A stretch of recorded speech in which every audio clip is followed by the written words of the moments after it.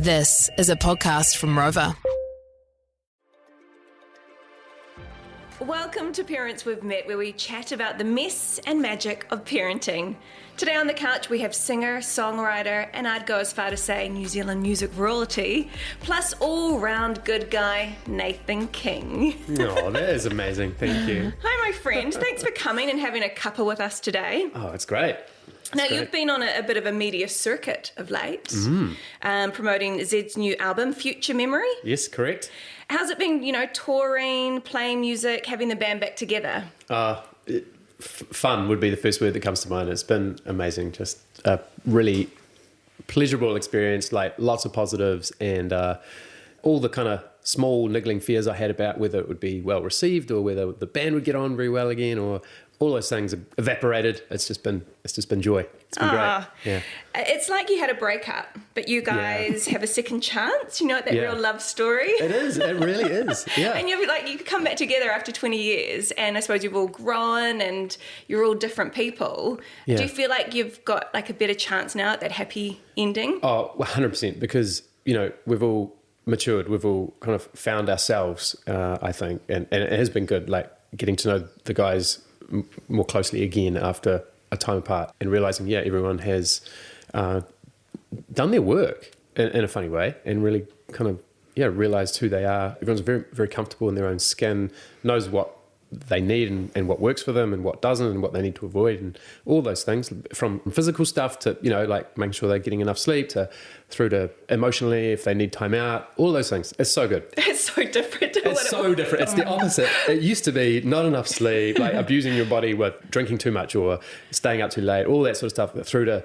intense times together where probably everyone did need a break and just couldn't get one, or didn't take that break, and just keep going on the treadmill because that was what we had to do. And, oh my goodness. So I'm loving it. Everyone's loving it. So it's good. great. What a maturing process. Nathan, you've got children, and what do they think of the new album? They're pretty positive on it, which is good. Yeah. Every now and again, they might hear a song on the radio, or for whatever reason, I might be playing it to someone and they hear it and they're like, oh yeah, I like this one. There's quite a bit of positive feedback, which has been good, because to the point where I think the highest accolade we got was my daughter, she's 16 now, but she heard one of the new songs when it came into its finished form, and she said, "Is that you, Dad?" And I was like, "Yeah." And she's like, "No, that sounds like a proper song." I was like, what do you mean? I took that as a great compliment. I made it to a proper song. That's a wonderful compliment. Well done. Speaking of your family, would you introduce us to who's in it? Well, at the head of the household, my wife, Rachel. And it's a two-headed monster, her and I. And then we have three kids. We have Ruby, who's 16. We have Theo, who's 14. And Arlo, who's 13. They're just 18 months apart. And they are all very unique individuals, very separately different to each other, and incredible kids. So being a dad, Nathan, has that been a dream for you? What's it been like? No, definitely not a dream. Was it a dream before you had kids, though? Was it part of the big plan? Yes, definitely saw myself as a dad one day, but it has been way harder than I anticipated. And there's been way more challenge. There's been a lot more dark days and hard stuff. And it has uncovered in me things I didn't know were there. It's been quite a journey. I think to preface it all, for listeners who don't know, one of our children is autistic and has ADHD, and a few acronyms thrown in there. So that's Theo. He's an amazing guy, and I can speak a lot more easily about it because we're at a point now in his life where he's really come to understand himself a lot better, and we understand him a lot better, and we have ways of living and operating together in our family system that work now. Things started to get really gnarly for us when he was a little over one, probably 1.5. We just started noticing things were a little different, and that he wasn't just acting like a typical young toddler. There was a lot more challenges going on. And that just slowly ramped up. And just to give some context, things just got worse and worse and worse. The more we tried traditional parenting techniques, the worse things got for a number of years. And it wasn't until we got to a certain point of basically breaking and letting go of a lot of the things that we thought we should be doing because we'd been told we should, and it seemed like the right thing to be doing, textbook kind of stuff, throwing that out the window and having to reinvent how we parent this child, that all the pressure left the system and everything changed. So yes, a lot of learning went on in that time, and it was really, really hard. Like I can't actually put into words how hard and horrible it was.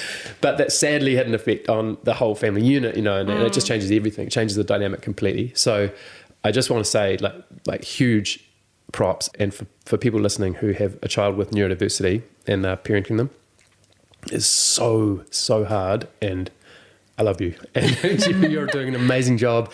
And like I just get emotional even thinking about how hard it can be for people.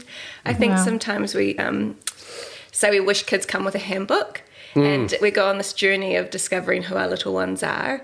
And when I think of you and Rach, it's almost like you've gone on a Lord of the Rings quest, to the highest and the lowest, to really get to know Theo. And I think as parents we have to advocate for our kids, but I feel like you and Rach have gone next level in having to do that. We certainly did a bunch of things. I mean, some people wouldn't have done it the way we've done it, and we've been reasonably public about it as well, and for better or worse. But I'm so grateful, and I'm just so fascinated and love the boy now that we have. And honestly, there were times when I just couldn't find love for him because it was so hard, and the warmth was gone, and all the challenges that were being thrown at us, like, this isn't my kid. Like, I don't understand you at all. Everything about you is the opposite of how I'd do life and operate. And I can't connect to you. I can't get through. And it just seemed futile. The whole thing just seemed futile. But what we've realized over the years is all those little bits of effort that you're putting in, it might, at the time, especially if you're dealing with neurodiversity, it's not wasted. Like, it feels like it is. It's being thrown back in your face daily, minute by minute. But it is actually helping in the long run, if you're able to kind of hold on. So Theo was diagnosed with autism spectrum disorder, oppositional defiant disorder, and conduct disorder. So that's a lot of... and ADHD as well.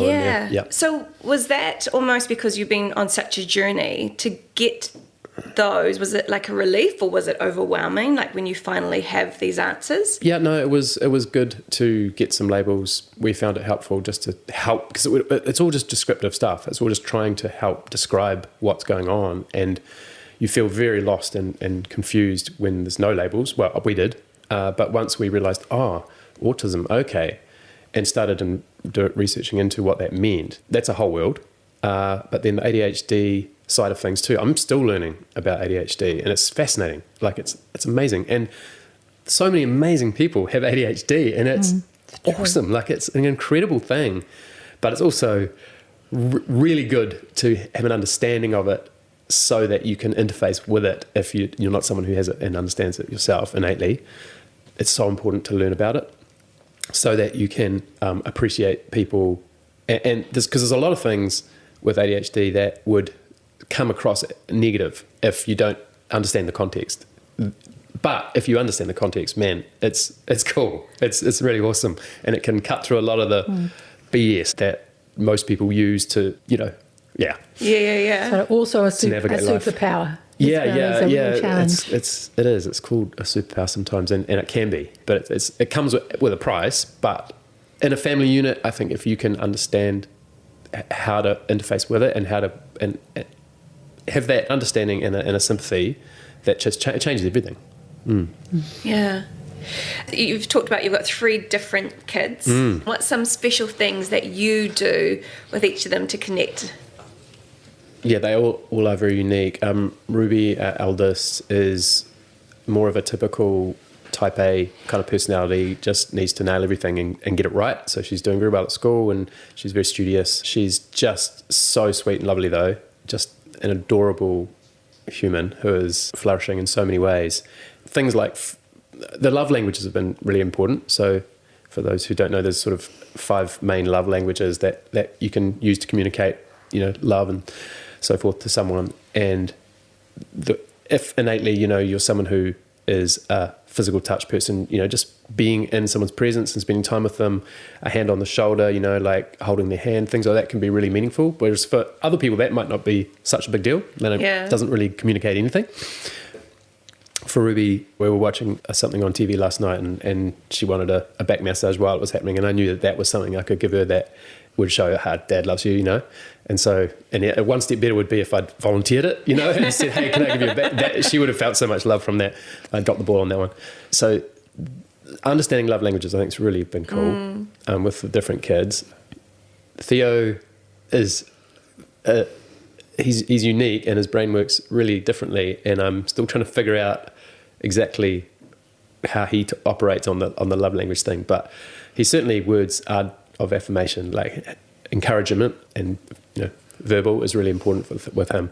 But I think he also really does appreciate physical touch in the right time. So a hug, a manly hug, just at the right moment can be, I think, really cool and help bring warmth to the relationship, which is great. And Arlo is our kind of creative guy who his way of operating the world is really cool and unique. He's just got such big ideas all the time. Not necessarily tons of follow through at this stage, but he's working on that bit. But he is just such a amazing spirit and generous and kind and inclusive of other people too. So spending time going into his world and getting an understanding of what he does. So that'll be something that often I'll do. He'll be working on something that he's creating, and if I can take the time to learn about it and go in there to that world with him, he flourishes. Are you seeing any musical genes peeking through? Like innately they all are great musically. It's just how much they want to invest into it. And so Ruby's just hit the piano a few years back and has just done more of the classic, taking the time and putting in the mahi and getting good at piano. That's awesome. She's naturally done that. The two boys have just got a really amazing sense of rhythm naturally and melody, I must say, and especially Arlo. We've got some incredible recordings of him. For a while, he was obsessed with the Titanic, and then he somehow, with the movie associated the My Heart Will Go On, Celine Dion, and with his tiny little 4-year-old voice, him singing that song is just gold. It's the most beautiful little thing. So from an early age, he was a big singer. But I haven't pushed it because at the moment, it's still not something he's wanting to do publicly or anything like that. So we'll see. But he's got it. It's in there. It's just if he wants to use it or not. But it took me till my teens to figure out that it was something I enjoyed. I love, Nathan, how you really tuned into your kids and the love languages. And then I reckon there's just lots of observing and watching, and you get to know who you've got. You and Rachel have endured some criticism over the years, and we'd just love to know, how did you get through that and endure it and kind of find your confidence and your healing again in parenting? Yeah, that was probably, we've sort of reflected on the difficulties we've had over the parenting journey, and half of it felt like was from understanding neurodiversity and the challenges that came with all of that, but probably the other half was the system that we were working with, psychologists and the public health system and people from the Ministry of Education, and there was quite a lot of trauma that came from these experts in inverted commas, because I think they're experts in some respects, but then they can also have no idea as well in others when it comes to individual kids. And we found that the criticism and the finger of blame getting pointed at us for the way in which, especially with Theo, the way he behaved and the outworking of his frustration with how the world didn't operate the way he wanted it to, in his neurodiverse world, all of that got basically turned on to us, and the working theory in general for about 4 or 5 years in those younger years was, it's your parenting that is causing Theo to behave the way he behaves. He needs simply, stricter rules around him. He needs firmer boundaries. He needs better consequences when he does things wrong. And if you follow these strict guidelines, everything will work out. And it was very, very textbook, very sort of, for a neurotypical kid, yeah, sure, some of that stuff can be really, really helpful, but as soon as you start dealing with neurodiversity, a lot of those rules go out the window, we found, but it took us years to get there. And so the way, to try and answer your question, I actually don't know how we survived it. We just did. We hung in there just. There were moments where we were seriously considering going, well, I think we need to live separately, not because we don't love each other, but because being together as a unit is just too hard. Like, it's too fraught. There's so much violence, whether it's, emotional violence, physical violence, everything's just chaos, that it's like, why are we putting ourselves through this? Like, why are we living like this? This is not healthy. It's not good for the other kids. We were really conscious of the impact it would have on them. So we just managed to hang on and change things. So one of the things we did to get through, we decided, actually, we can't do family holidays because they're a complete disaster. They never work. The family dynamic, if we put all the kids in a car and try to go somewhere, is disastrous. It's not healthy. Yeah. It's not a holiday. It's far worse. It disrupts routines for Theo. He's a fish out of water, sort of, in an environment he doesn't really have, not comfortable in. So we can't, just relax and enjoy ourselves. It's the opposite of that. That was one big thing. So splitting the family up for a holiday has been really helpful. So I might take Theo away, or Rach might go and do something with him separately to the other kids, and that's been super, super helpful. We've, I think, Rach and I have had to really turn in and get support from each other. That's been a massive part of us surviving, has been us leaning on each other and being there for each other. I think it's one thing to be parenting with a child who's neurodiverse, but I think if you were having to do that on your own, I actually don't know how that's possible. I'd view that as impossible, as sort of just impossible. So for parents who are doing it solo, I just think you're actually incredible. So that part was massive. Our sewing into our marriage and putting the time in to look after each other was a massive part of the family getting through. I think if we hadn't prioritized us as a couple, I think it would have all fallen apart. Absolutely. Yeah. It's probably the biggest one. Yeah. So family holidays, that's all changed. And I suppose, like in parenting, there's always compromise when kids come along, like life changes. Yeah. What other areas have you had to adapt and change?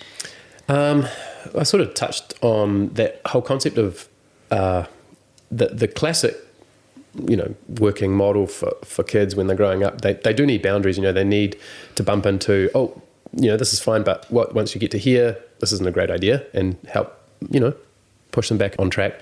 We've had to adapt a bunch of that stuff. So, I don't know, a little example would be like language around the home. I was brought up very much, swearing and bad language in general, sort of negative talk isn't so great. It's not healthy. It's not respectful. There's a whole bunch of things that would say, don't go there. But, the swearing part, we've had to pick our battles. We've had to learn what stuff is worth really hanging on to and being a stickler for, and what's not. And one thing, Theo doesn't see a big deal with bad language, say, around the home. And to me, it's like offensive. And there's some words that are used that I'm just like, it's actually still to this day kind of gives me a bit of a fright when I hear it just in everyday language. But we've realised that's not worth fighting against. It's just something that doesn't bother him. And the other kids have learnt to be pretty mature about it and just ignore it and let it go. And so, that's been great. Just a small thing, there's a learning. You've talked about how you and Rachel have really had to lean in and support each other. What has your wider circle looked like? Because I can imagine there would have been real times of loneliness and trying to figure things out. And I'm sure, just like with experts, there's probably a lot of friends that had great advice for you guys, what you need to do. Yeah. How did that change with your friendships and that circle over the years? Yeah. Dealing with neurodiversity, and especially if it's reasonably extreme and has a big impact on the family, it is quite alienating. So we did lose a lot of our social circles. Like it just wasn't feasible to go and see a friend with the kids because it was carnage, and they didn't want that in their home. And and likewise, you invite people over and they weren't so keen to drop by. All of a sudden, it's like, look at the time. Yeah. Oh, gee. There might be instances where if there were other kids that they were bringing over with them, it would just be really hard on the kids, and they might get hurt physically, they'd certainly get abused verbally at times, and all of that stuff's just quite shocking for people who aren't used to it. So I'd get, I'd get spat on daily. I'd get called all number of 4-letter words, and that stuff I just get used to, because it's like, oh, it's him, where I've pushed things too far, or something's set him off, and his world isn't working for him now, and he's letting it out with frustration and anger, and so it just changes the dynamic. So socially, we found that quite hard. So then there was very few people in our social circles who got it and stuck through with us, because it's just not fun. It's not an environment you want to hang out in, and I didn't want to either. But we just had no choice, and we did used to every now and again. Rach and I would go, man, it is hard in the situation where this is essentially an abusive relationship in many respects. We've got a lot of stuff coming at us, and typically you'd get out of that relationship. It's like, this is not healthy, I'm going to leave. But when you're a parent, you can't. So yeah. Although we did many times, we did consider the idea of foster care and so forth, because we were finding it was just blowing up our whole family. We thought, well, maybe it's the right thing to do to separate out the siblings and give Theo some space with some people who can dedicate some more time to him. But no, we managed to hang in there. I'm so glad we did. Yeah. I never thought I'd get out the other side, but I feel like we've come out the other side of the storm now, and there's still a few gusts, It's a little blustery still, but it's certainly not what, we passed through that eye of the storm and we got out the other side. Yeah.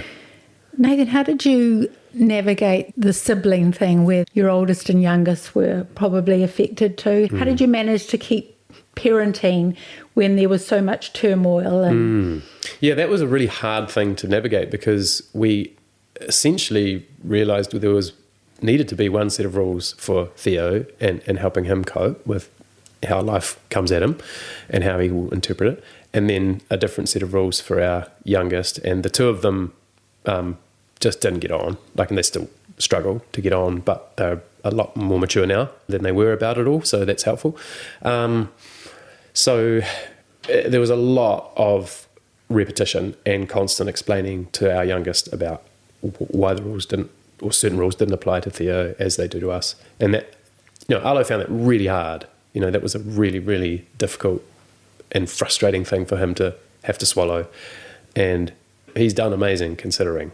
And, because all siblings get frustrated and annoyed about, oh, that's not fair. How come he gets this? How come she gets that? But this is on another level of unfairness. So it was really challenging. Just doing your best to explain it. And so when it is hard, and so there was many times with Arlo where we would say, look, because Theo's brain works differently, he can't handle having to put his toys away, or can't handle to the we can't ask him to do these things. It'll be too frustrating for him, and he'll get angry. And so in this instance, to avoid it, we're going to help him and do it for him. But we know you don't want to have to put your toys away, but you have to, and then what happens is Arlo gets really angry about that and upset, and it's what we found is the most helpful bit of advice we got in these sort of situations is, and it's from a guy who we just really admire his parenting skills, is an author called Gordon Neufeld. And he would say, look, you've got to sit with the child in that emotion, and you're their guide, you're their mentor going through it with them. And so Arlo's really upset because he doesn't want to put his toys away. He's really angry about it. And often anger is the first thing that a kid will express is this anger. And you've got to do your best to help turn that mad into sad, basically, and stay with the kid in their anger and say things that are going to help it revert or turn into a sadness. So I know it is so frustrating and it's so hard when you have to put your toys away. You don't want to. I know that, and being there with them in that anger and that frustration, but trying to elicit some emotion instead of the fight. So you want to try and reduce the amount of time they spend in that pushing against and fight phase, which, red brain, really angry, and turn it into it's hopeless. This situation, however big or small, is, because for little kids, little things to us are still really big things. And so putting the toys away when he doesn't have to is massive for a little kid. And so they're so angry about it. You want to get to the point where they can elicit tears and get that feeling of frustration. No, there's nothing I can do about it. I'm going to have to put my toys. And you're like, you can comfort them in that point and let their emotion out in a healthy way. And then, be there with them, even you help them put the toys away. But you walk through that journey with them. And the repetition of helping turn mad to sad has been so, so helpful. It's one of the biggest learnings we ever got as parents. It's been brilliant. I loved how Gordon Neufeld, I think he says it like this, help them find their tears. Yeah. And so often parents are afraid of children's tears. It's the opposite, isn't it? Yeah. You're often wanting to shut that down. And I don't know whether it was a generational thing, and maybe it's still, I think it's still a thing out there, but it certainly was that whole concept of like when kids were crying and causing a scene, that was a negative thing and you should stop that as soon as you can and suppress that. But it's so natural and it's so important. And it's a bit messy and it might not look great. It doesn't give you the kind of gold star, I'm an amazing parent and my kids are perfect thing. But what's more important, I think, like helping a child grow into an adult who can express themselves in a healthy way and process emotion. Because you're going to bang into it for your whole life where you get frustrated and angry about things. And then it's like, oh, can I get to the point where I'm like, oh, if there's nothing I can do about it, that's just, I'm really sad about it. I can mourn, to whatever degree, mourn the loss of that opportunity or that, target I was going to hit that I've missed or whatever it is, and then feel a whole lot better afterwards, because we all do. We all feel better once we've processed something, and it may involve tears or it may not, but you can then move on and be free of it. And if you can give that gift to your kids, that's amazing. And it's an amazing growth area for us, because parents have to kind of accept that their children are going to be unhappy about something, and we grieve that we're not going to deliver what they want and make it all right. So there is a lot of invitation to grow in parenting, massive amount. Yeah. Nathan, you were part of the Doco Kids Wired Differently because you wanted to raise the awareness of the extreme challenges neurodiverse kids and their parents in whānau faced navigating the world. I'm sure you would have had a lot of people reach out after that aired. Was that true? Did you get some? We did get a lot of feedback, and it was overwhelmingly positive. I don't think anyone said anything negative, which was really lovely. Really helpful for people to have that put out there in a pretty honest and brutal way, and encourage them that they're not alone, that it's not completely off the chart strange that their child is operating in a different way in this world. At the same time, we still hear stories quite regularly of people who are still struggling in the education system, especially where it's just not built for children who are neurodiverse, and who in a classroom situation they might be highly sensitive and lots of noise and lots of banging into people, all the chaos that comes with being in a classroom, which most kids can handle quite fine, is just such a struggle and triggering, and sets off a whole lot of issues for a child. And that it's like, what do you do? It is a real conundrum, because you can't just do individualized education for each child who needs it. That's just not really that feasible. So then what we've found is, it essentially just falls back onto the parents, and that you're going to have to find another way. So, the reality for us was the school system has never worked for Theo, and so he's spent most of his childhood out of the education system. The times he was in it, he wasn't really in it, in that he was just usually being reprimanded or kept separate from the other kids because he wasn't able to, socialise in an easy, relaxed manner. It was always quite fraught. And we got to the point where we realised that's just not healthy for him. It's not the best environment for him to thrive in. So home was a lot better. And we were fortunate that we could, and I'm very conscious that the vast majority of parents out there can't just have their kid at home all day. It's just not feasible. So then what do you do? So for a lot of parents, a lot of kids, what happens is they get bounced from school to school, because, they'll get rejected from one school and then rejected from another. And we got a bit of that. Theo got expelled from his kindy, and then from his primary, and then from his intermediate. And then when he got to the high school age, he was, to his credit, was really keen to just give it a go to see if he could navigate in the high school system. But 6 months in, with deteriorating results, he and we and the school had a really good, honest meeting, and all decided that the best thing for Theo is not to be at a typical high school. And they were an amazing high school. They did such a good job of trying to cater for what Theo needed, but it just wasn't feasible. So we've come to that conclusion, and that's been one of the better decisions we've made. Yeah.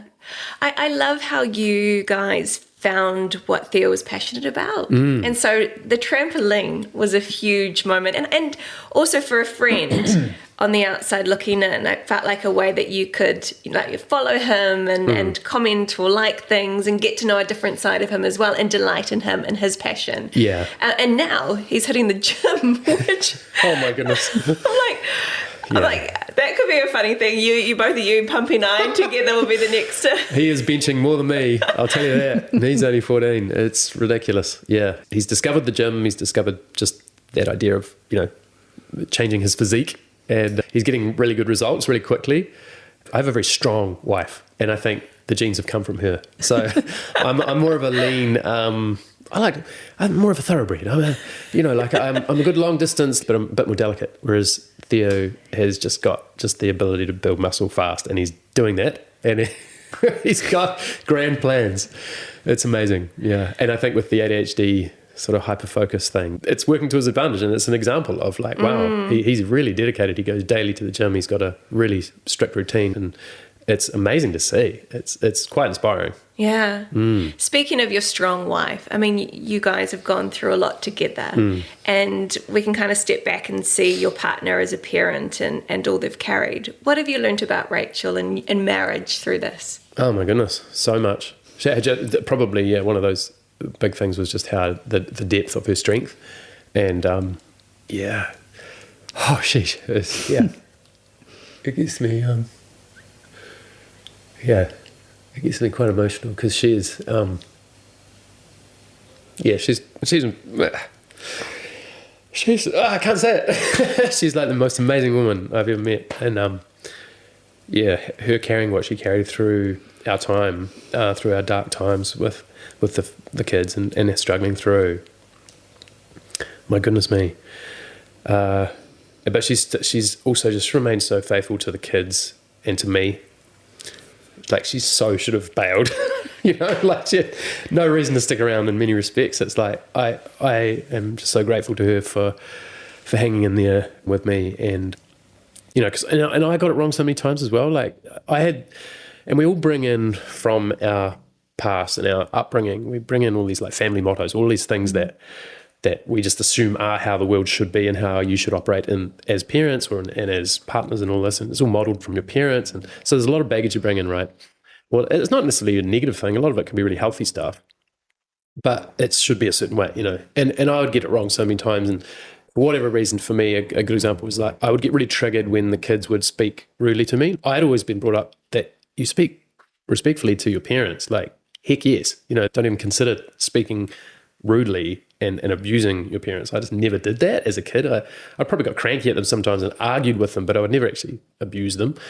But that hasn't been the case in our family because we've just had a different set of circumstances. And I would get really, really, really angry about it, and it would really trigger me. And Rach was there in those times to kind of accept that she kind of just saw it and it didn't drive a wedge between us. She was good at just going, hey, like, obviously, when they disrespect you like this, it's really triggering for you. But you've got to let that go. You can't expect that standard that you held for yourself or that you were modelled to apply here because we've got a different circumstance. This is one little thing, but it was so important and helpful to see that. And so she's been a great observer of our family and me, and good at stepping outside herself sometimes with, and I think you can only do that when you've got enough strength. But she's been able to look and observe and go, hey, this is happening.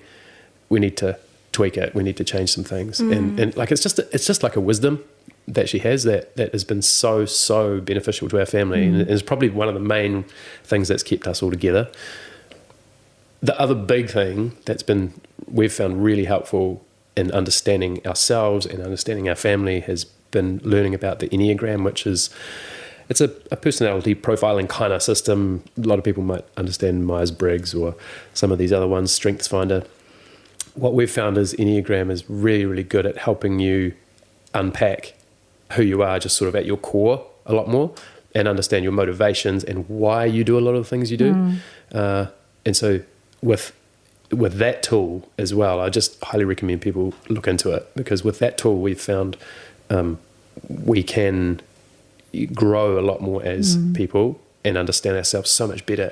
And once you understand why you do stuff, it sort of takes a lot of the power away. If it's a negative behavior, it can really be helpful to grow and move past. And so that's been big as well. So over the years, we've used the lens of Enneagram and that tool to understand each other, and to give grace when we understand, okay, you're motivated by this and therefore this is happening, but let's look at how you can grow it and understand that's not necessarily the most healthy thing. In these instances, when you're doing this, maybe you could try this, It just gives you a roadmap for yourself. It's cool. Yeah.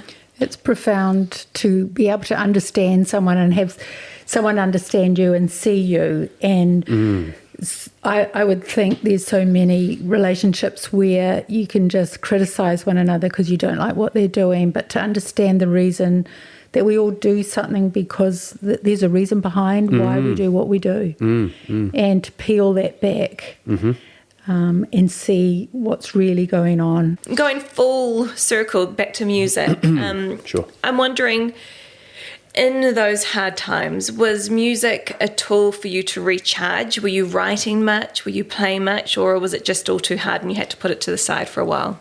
Yeah, I probably did. There wasn't a lot of energy left at the end of the day for writing during those tough times. But in saying that, there were moments where I was able to, in a cathartic way, let some of it out on paper with a guitar, and so a few songs popped out.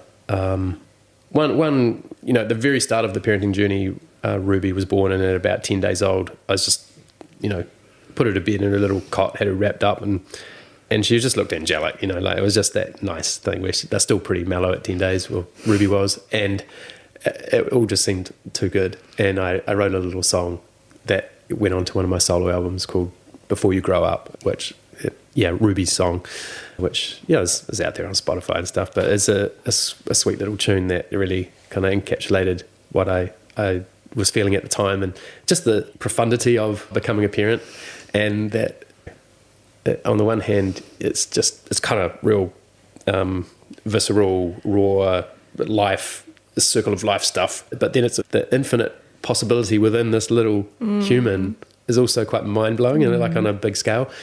I think, it's a slightly melancholic song in the end, which is strange, but within it, I guess I was struck by the fact that I can only do so much as a parent. There's a big wide world out there, and things are going to happen to Ruby and to all our, to everyone, to all our kids, that you can't control and you have to let go as well. There's to be a sense of like just trusting.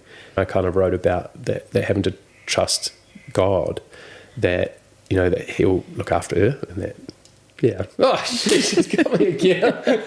I'm an emotional wreck. Because, this is all the big, important stuff in life, isn't it? But, it probably just touches on that. So it's always quite a emotional one for me to sing. When I go there and think about it, it's like, oh man, you got to really let go as you parent, even from the beginning. It's like you're beginning that process of letting go. You've received this amazing gift of this child, but you're from day zero through. It's like there's an incremental letting go and allowing them to grow and become individuals, and that's it. Eventually you're just an observer. Yeah, there is a lot of letting go in parenting.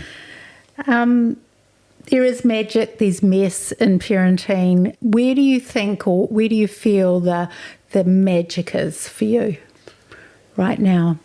The magic is often, we've just found, in the real little simple benign things. If we've gone, and maybe our experience is a little bit different, but in some ways it's magnified the beautiful bits too. So it's been a really hard journey in general with the kids growing up because of what we've dealt with in the neurodiverse space. So when we have a moment where it's happened just like probably 6 times total, and it's been in more recent times, when we risked going out to a burger joint and grabbing a burger, all 5 of us, and we all sat around this table and ate burgers, and everyone got on, and it was so awesome. It was amazing just the kids were laughing. No one got on anyone's work and wound anyone up. There was no big scene in the restaurant, and Rachel and I just kind of looking at each other going, this is so cool. Like, it's so beautiful to see. And it was just like a reward for all the mahi, I suppose, getting to this point where we could actually do that. Whereas we just, 5, 6, 7 years ago, we would have just been like, there's no way that'll ever work. Like, we'll never get there. So to have something like that has just been magical. And then it's the odd time when your child might volunteer something insightful, or at an emotional level, they might give you a gift of some encouragement for something you're doing, or a compliment, or those little things are just amazing as well, where you basically start getting back some of the work you've put in. When those things happen, that's magic for me. Yeah. Dad, that sounds like a proper song. Yeah, exactly. It's like, yes, I've made it. I'm a real songwriter now. One day your kids will leave home, and they'll take a lot of. I really hope so. Everybody hopes so. Yeah. Sometimes they leave home and then they come back again. Yeah. But one day they will. What do you and Rach hope that they will have taken from how you raised them, the values and the love and all the things that you've put in? What would you like to see in their backpack as they begin life away from you in the next stage of their life, whether it's at uni or travelling or flatting?